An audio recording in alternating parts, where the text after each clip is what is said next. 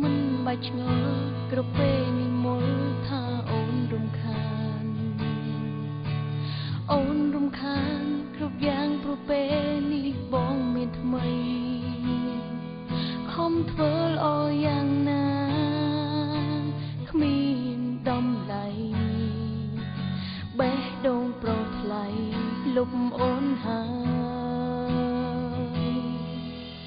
ទោះយ៉ាងនេះមិនអាចឲ្យបងធ្វើតាមតែចិត្តត្រង់វមិត្តសំបងកុំគិតថាងាយសោះឡើយពីមុនអូនពេញជ្រាមែនបងអើយគ្រានេះកុំគិតឡើយអូនដូចមុនសូមបងទៅចោ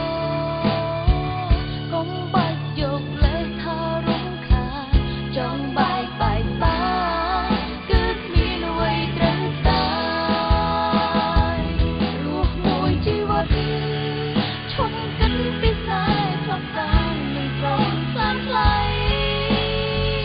ជីកបក្នុងដីមិនយូរគង់ភ្លេចបានរស់មួយជីវិតឈប់ឲ្យមនុស្សរកក្នុងលោកចោលឆ្លីបាន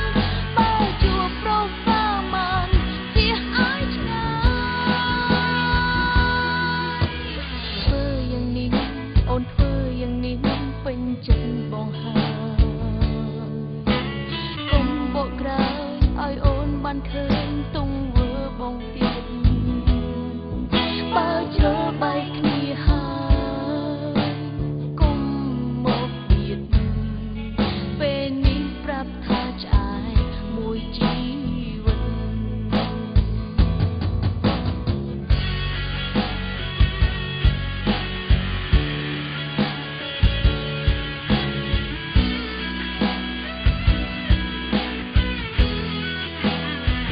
សូមបងទៅចោ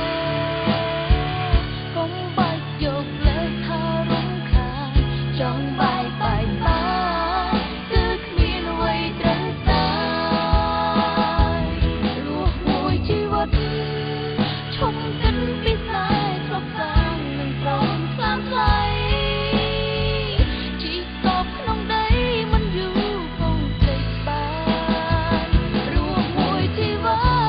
តឈប់ឲ្យមនុស្សរកក្នុងលោកចោលឆ្លីបានបើជួបប្រុសសាមញ្ញជៀសឲ្យឆ្ងាយធ្វើយ៉ាងនេះអូនធ្វើយ៉ាងនេះពេញចិត្តបងហើយកុំបកក្រោយឲ្យអូនបានឃើញទង្វើបងទៀតបើជ្រើបែកគ្នាហើយ